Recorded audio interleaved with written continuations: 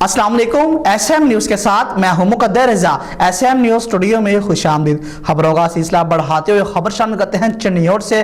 District police officer Bilal Zafar Sheikh की हदायत पर जिले पुलिस की जुर्म पेशा अनासर के खिलाफ कार्रवाइयां जारी हैं। आपको बताते चले चन्नियोट में पुलिस ने मुख्तलिफ जुराइम में मुलव्विस 8 मुलजिमान को गिरफ्तार कर लिया है। इसी हवाले से बात करेंगे SM न्यूज़ के नुमाइंदे मोहम्मद अफजल रुमाना से। जी अफजल, आगाह कीजिएगा इस हवाले से।